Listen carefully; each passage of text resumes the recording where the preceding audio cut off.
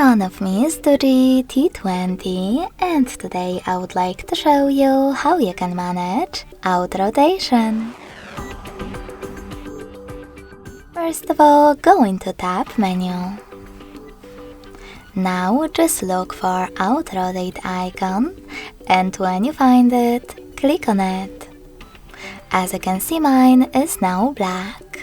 That means that out rotation is disabled, but you can always enable it by selecting the same icon again.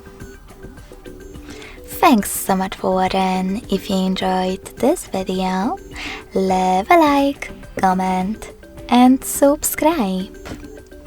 Bye!